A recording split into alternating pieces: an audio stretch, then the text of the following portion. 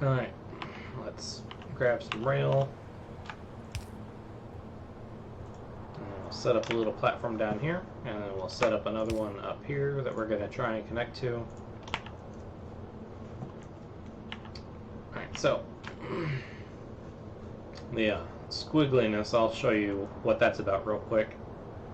If you try to place too close to your starting point, it has to do all kinds of squiggles in order to actually achieve that, because it's too close to do the curve. So that's the tightest you can do a curve, any tighter, and it just has to do squiggles to get to where you're pointing. So that's what that's about. And if you try and do a straight line and you're just off a little bit, it'll start curving.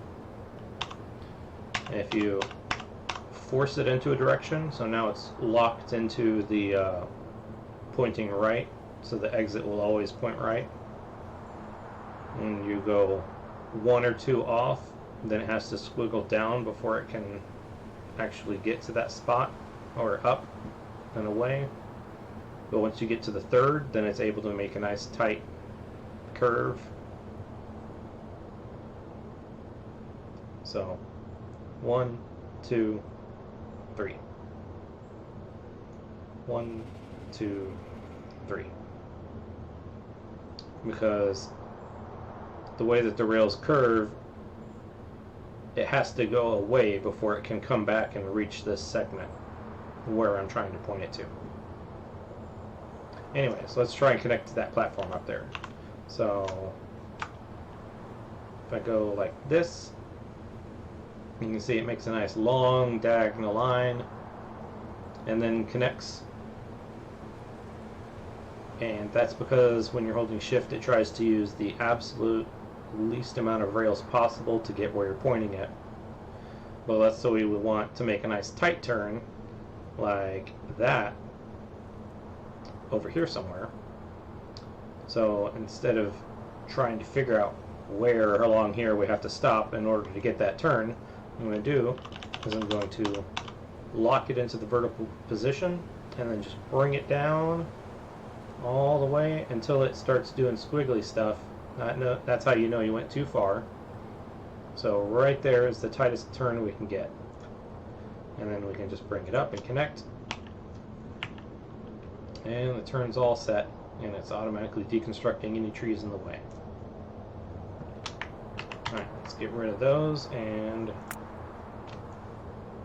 stop deconstructing the trees, and I'll show you the other rail planner.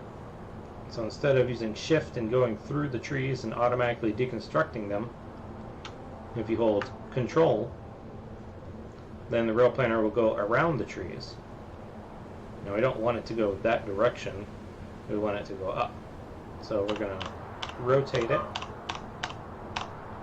and there you go, it found a path around all the trees, not deconstructing any trees, and it's going to connect up to that point in a nice, well, I guess it's not really that nice, in a weird little squiggly way, so that we don't have to deconstruct anything. That way we can preserve the landscape and enjoy nature's beauty.